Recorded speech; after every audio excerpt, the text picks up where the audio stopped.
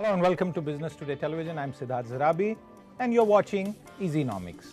The consumer price inflation data for September is set to be released in just a few minutes from now.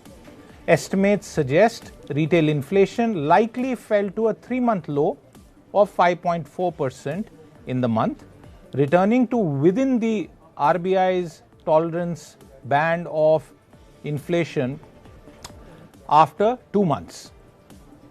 And this is going to be significant if it were to come true.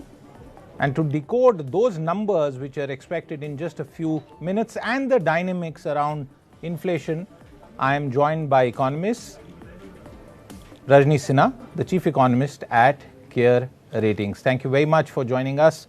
Rajani, the backdrop to the inflation data release is very clear. We would be wanting to see inflation fall. If it were to happen, what's your own sense? Why would it have lowered at the current level? So, Siddharth, the spike in inflation that we saw in the last 2 months was mainly because of sharp increase in food inflation and specifically vegetable price inflation. And vegetable prices have now started moderating. And that's the reason inflation moderated in the last month. And this month, we are expecting it to fall below 6%. Our estimate is a little higher at 5.7% compared to the consensus estimate. But yes, we are also expecting it to moderate. That's mainly based on the assumption that vegetable prices will moderate. Otherwise, if we look at other components of inflation like core inflation, that has been moderating and we expect that to remain moderate. Okay, core inflation has been moderating, and clearly there are also risks for the future. And before I continue the discussion, let's quickly listen into what Petroleum Minister Hardeep Singh Puri had to say on that very crucial issue of crude oil prices, especially with the latest conflict that we are seeing in West Asia. To reason that if the crude oil prices go up, and this is something I said at ADIPEC also, which was much before the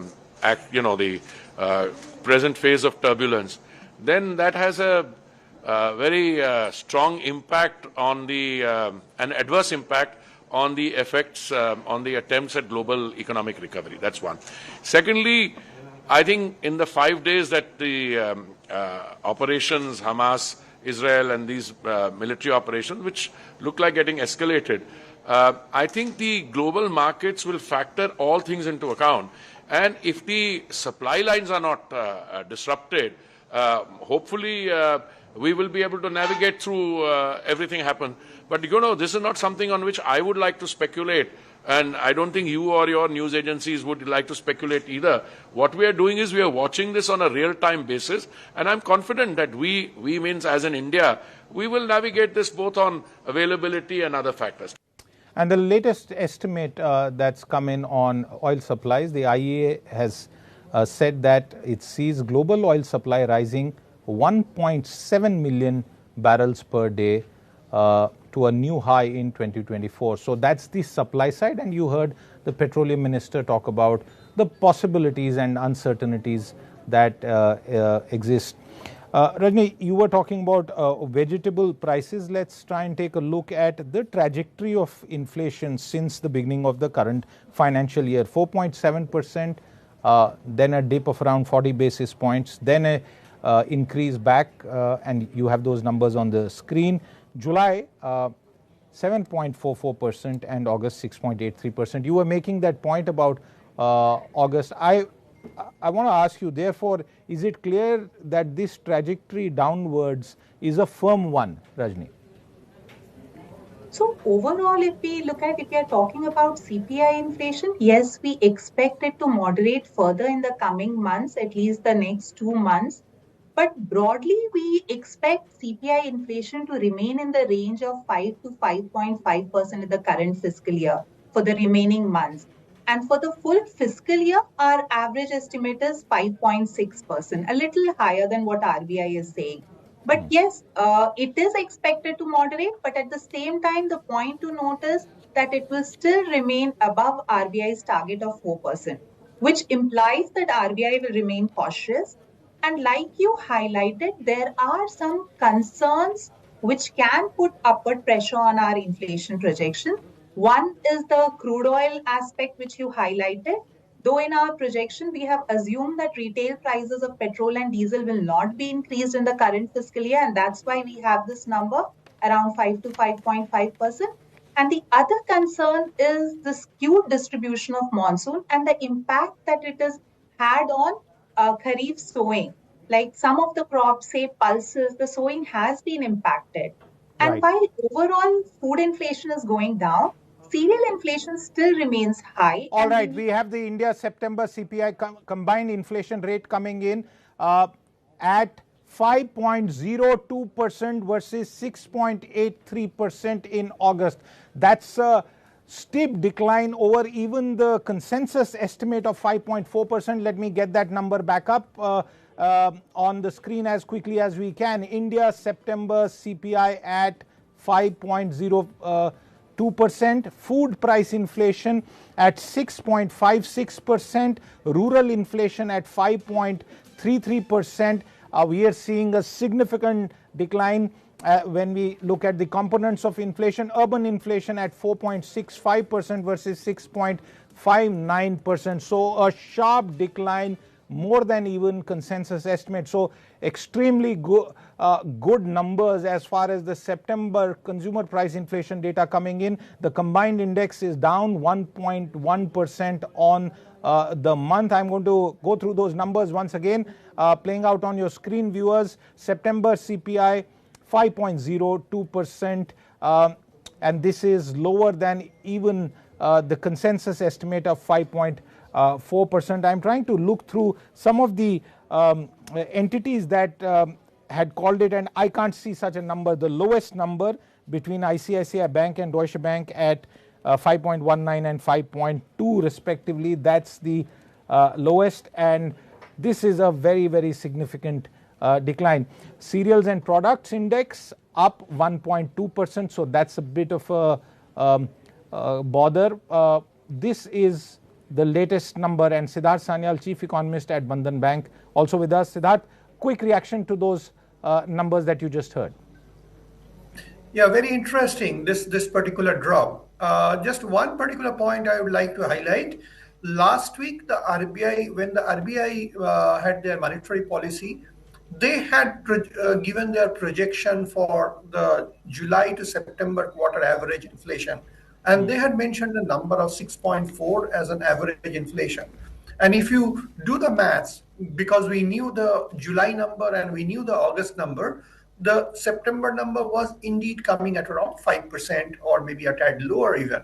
So Okay. that time RBI had kind of given an indication from their numbers. So to some extent, market started taking that into account as well.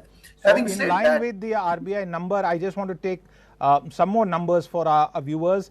We now have industrial growth numbers also at 10.3% versus 0.7% on an annual basis. So a significant number when it comes to industrial growth, above the Informist poll that was at 9%.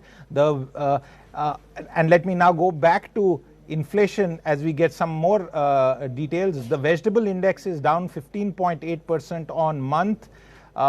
Pulses and products are up 4.1%. Oils and fats index down 0.4%. Food beverage index down 1.8%. Clothing footwear index up 0.3%. The housing index is down very marginally at 0.1%. That's some of the detailed data when it comes to inflation. Just want to take the industrial growth number once again for our viewers, and let's try and bring that up on the screen as well. Industrial growth at 10.3% versus 0.7%. The fuel and light index is also down 3.9%. Rajani, coming to you very quickly on those numbers. Cereals, pulses, a bit of a bother seeing a increase, but everything else much better than expectation. So yes, that's the trend we have been seeing. So this sharp fall would have happened because of a sharp fall in vegetable prices. But like I was saying earlier, the bit of a concern is that cereal price inflation and pulses inflation remains high. And given that the monsoon has been skewed in many regions and specifically for pulses because the sowing has been impacted, we need to be cautious on that front. But apart from that, as I mentioned, and probably even this data would have shown, core inflation, that's another comforting factor that has gone below 5%. So, all in all, I would say that inflation has been moderating, is going to moderate going forward also as per the projection. But we need to be watchful on some parts of food inflation, specifically cereal and pulses. Siddharth, continue with your analysis of the numbers that you were talking about. Yes, I think this particular outcome is a very positive one, no doubt about that. But having said that, I'll actually remain cautious. I mean, given the outbreak of the geopolitical tension, I'll be a little cautious on a few factors. The oil price angle is obvious and direct. On top of that, there's one particular factor which was helping us over the course of the last few quarters, which was the easing of the supply chain bottlenecks in general in the global trade front. Now, this particular conflict, being at a very, very important strategic location so far as India's trade with Europe and a lot of African countries are concerned, this might actually open one more angle which needs to be dealt with, which needs to be seen how exactly that play out so far as global supply chain bottlenecks are concerned. That is one. That is very immediate, and we'll possibly get a bit of a hint over the course of the next few weeks itself. The other angle, which Rajni obviously mentioned about the weather-related uncertainties, specifically in case of India, also globally. Along with that, what is coming occasionally these days is a little bit of escalation of restrictive trade practices globally. That is again making a bit of a comeback. So that's why even on a very near-term basis, while we are positive in terms of the trend of further softer inflation trajectories in general, I'll be very, very watchful about these few factors, especially given the outbreak of the geopolitical situation. Rajni, as I come to you, I want to add the industrial growth data that we are also getting. So we have mining sector growth at 12.3% versus a negative 3.9%. Viewers, this is August data. Inflation is September because that takes a month more to come out. Manufacturing 9.3% versus a negative 0.5%. Electricity growth at 15.3% versus 1.4%. Primary goods output 12.4 versus 1.7. Capital goods output growth at 12.6% versus 4.3%. Intermediate goods up 6.5% versus 1.3%. Infra up 14.9 versus 3%. Consumer durables output 5.7 versus a negative 4.4. Consumer non-durables 9 versus a negative 9. I'm going to repeat that. Up 9% versus a negative 9%. Industrial growth for July has been revised upwards to 6% versus 5.7%. So the headline at this stage really, Rajni, inflation cools, industrial growth is up, good macro winds for the Indian economy, the industry is firing and inflation is cooling. Couldn't have a better set of numbers to discuss, Rajni. Definitely. And actually, I would like to highlight the positive thing is you spoke about item breakup of the number, and construction and infrastructure, that segment had been recording very good growth in the last few months. What is the positive thing is from the data, what we saw is that consumer durables and non-durable segment have also recorded good growth.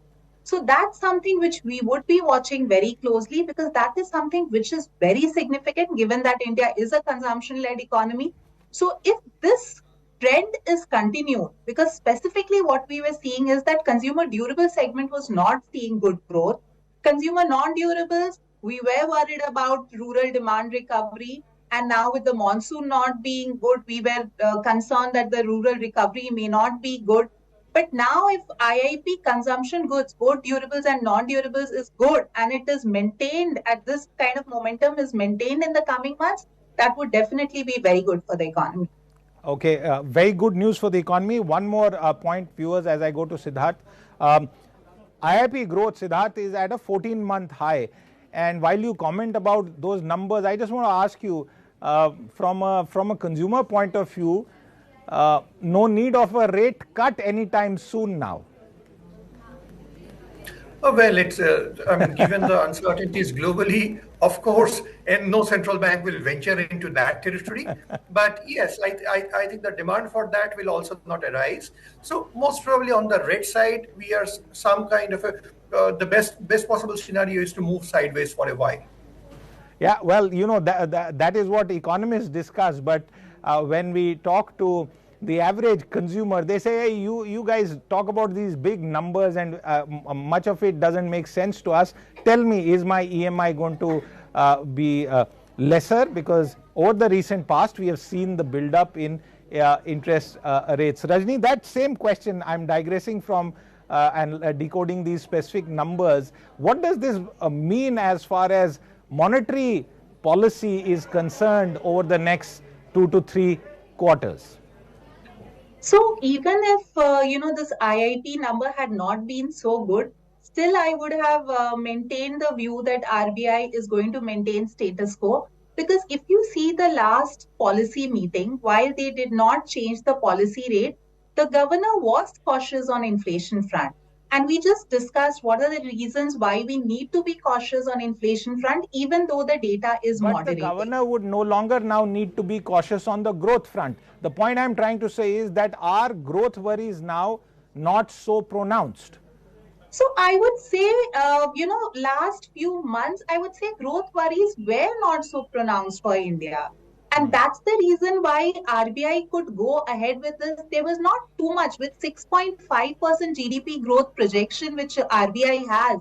And most of the people have their projection, agencies and banks, brokerage houses have their projection in the range of 6 to 6.5%, which implies that there's not grave concerns on the growth front. So in that sense, yes, I completely agree with you that RBI does not have the pressure from the growth perspective to cut interest rate. Hence, they will remain cautious on the inflation front, be watchful, and hence this fiscal year, definitely we do not expect a rate cut. If I talk about next fiscal year, at least in the first quarter with inflation likely to remain around 5%, we do not see RBI cutting interest rate. Maybe from second quarter of next fiscal year, RBI could consider a rate cut. Okay, Siddharth, that same question again to you, because if we focus on inflation, there is still some concern around cereals, for example, and a minor increase in clothing footwear index. So from a RBI point of view, status quo at least for 6 months, if not more? More than 6 months in our view. We do think you can actually can potentially think of a rate action. So the best possible scenario at this juncture is the global central bank, the US Fed, etc., do not hike anymore. They keep moving sideways. We move past the inflation hillock, and also the political event around in the summer. We see the next full year budget sometime around June, July, and then possibly August onwards, there is the window really opens up if you think about all the smooth macroeconomic data. Having said that, Siddharth, since you spoke about the US, I'm interrupting you because on a sideways basis, what is the US Fed likely going to do? You've seen what's happening to bond yields, and the impact that it will have on a whole range of borrowers is going to be very significant, very pronounced. Is that going to possibly now worry the Fed more? Oh, well, that's a very important question. If you have noticed, within the last 7 days, the US yields have touched close to 5%, and again occasionally have come down by some 30 odd basis points. And the very important thing is, if you have listened some of the Fed governors comments over the course of the last 3-4 days, their comments have been very dovish compared to past. So that actually raises the hope that Fed actually starts moving sideways from here on, rather than going aggressively for further hikes. And I think that may not necessarily be a bad policy at their end. But even if they move sideways, one particular thing the market needs to be absolutely prepared to be, that is to live with this current high rates for a sufficiently long period of time. Because even when the Fed is not hiking, and the market is assigning just about 30-35% probability to that particular event of another Fed hike in this particular calendar year. But the important thing is, Fed is clearly guiding that they are not going to cut in a hurry also if things are left to themselves. Well, for the markets, Rajni, this is going to be pretty good news. Our markets have been resilient. They kind of bounced back really well after this shock Hamas attack on Israel, and we'll see that play out. But had these numbers been released within market open time, I think we would have seen a very sharp uptick, because some of the worries that the markets may have on the macro front will completely go away with these kinds of numbers, Rajni. So, like Siddharth had earlier highlighted, some part of the market was expecting that the inflation would be lower this month because of the projection given by RBI, because which people had done that back calculation as to what the number would be for September. But yes, it has turned out better than what was market expectation. So there could be some reaction on that. But broadly, I would say the market would also, what the market, India's bond market is concerned about is the cautiousness which was shown by the central bank in the last meeting. And the fact that they said that there is a probability of OMO. The point that they want to keep the liquidity in the system tight, which has caused the yields to go up. So those concerns will remain in the market. And RBI was very clear that while they have not hiked the rate, while they have not changed the rates, they have used, in some ways, liquidity to keep the rates high. So that's something which, market would be concerned about. But yes, the IIP data is better than expected, so there would be reaction on that. I also want you to comment about what's happening in the US, because, somebody who was on the show earlier this week called for and said that we may have seen a sort of US bond yields now stabilize, and we've seen some bit of that in terms of the increase not happening so fast. What's your own sense about the Fed strategy from here on?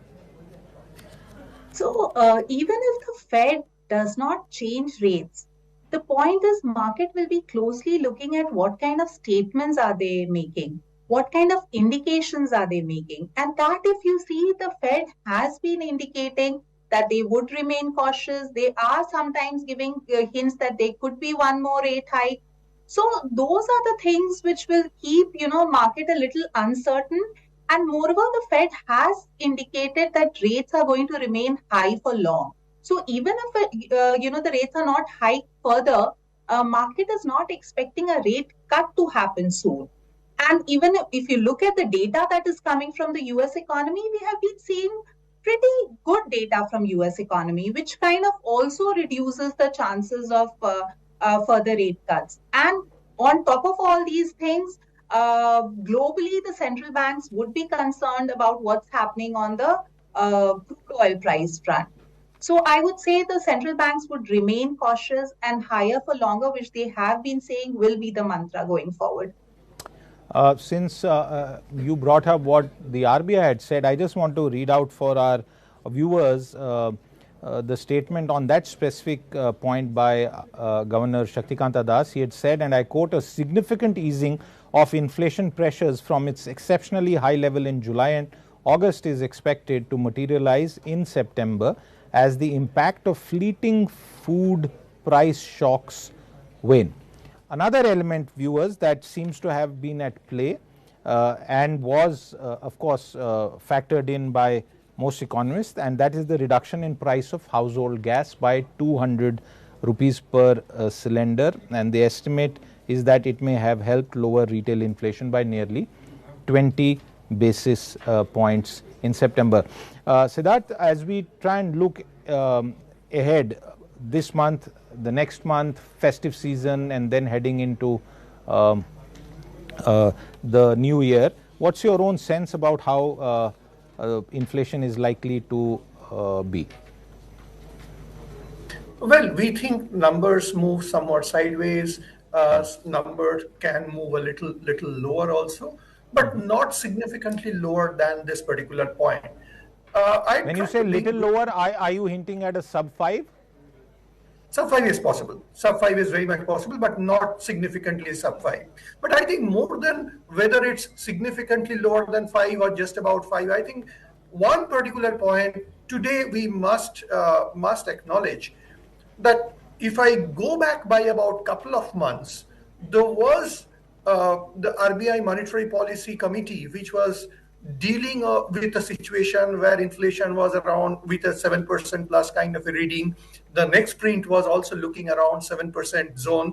Nevertheless, it's important here, standing today with the benefit of the data in hand. We must compliment the RBI and the Monetary Policy Committee at this juncture that they didn't trigger any knee-jerk reaction, which could have been a very easy option for them had they been blindly thinking about inflation. So RBI, which had actually been very measured, nuanced, but at the same time very decisive and front-loading in their action in 2022 and the early part of 2023 in terms of their action, I think they did a commendable job couple of months back in terms of sticking to a thoughtful inaction also. I think that is also very important. That avoids a lot of knee-jerk reaction on the part of monetary policy, and hopefully we continue to see that going ahead in the coming months for India as well as for other countries. Absolutely, that's a very good point that you make. And Rajni, as we wind down the show, the point that Siddharth makes clearly, the MPC and the RBI saw through this pretty well. They weren't caught by surprise with the spiral that we saw recently in July. Yes, so the July-August spike was mainly because of food inflation, and that too vegetable price inflation, which is very seasonal. So I completely agree that it was a good thing that RBI kind of looked through this high inflation data and waited to see the numbers going forward. Because at the same time, when the vegetable prices were spiking, we were seeing core inflation moderating. We were seeing WPI inflation contracting. So those were the things. And anyways, when it comes to food inflation, it's a completely supply side bottleneck. And there's very little that RBI can do anything about it. And that's the time actually government took the required actions in terms of, controlling the supply of these food items in the economy through export duty or banning the export of some of these items, which is what was required at that time. Because RBI's action for high food inflation would not have helped at that point. Absolutely, and that's a important point to conclude this discussion and the coverage on the latest IIP and CPI numbers. India's inflation strategy, viewers, is working, and as our guests on the show have mentioned very clearly, the Monetary Policy Committee's stance stands vindicated with the latest numbers. Consumer price inflation at a 3-month low, beyond expectations, just about 5%, and Siddharth Sanyal on the show mentioned that it would likely dip below 5%, and Rajni pointing out that this is something that was expected and the RBI needs to be complimented for how it has managed the situation. And even as inflation is down at a 3-month low, industrial production is at a 14-month high, and that is good news for the Indian economy, but some of the clouds and the uncertainties from the external side continue to hang somewhere there. Hopefully, they will not hit us in any negative manner. Siddharth Sanyal, Rajani Sinha, thank you very much for your time with us today. With that, it's a wrap on this episode of Easynomics. We'll be back with more. Until then, goodbye. If you like the video, do like, comment, share and subscribe.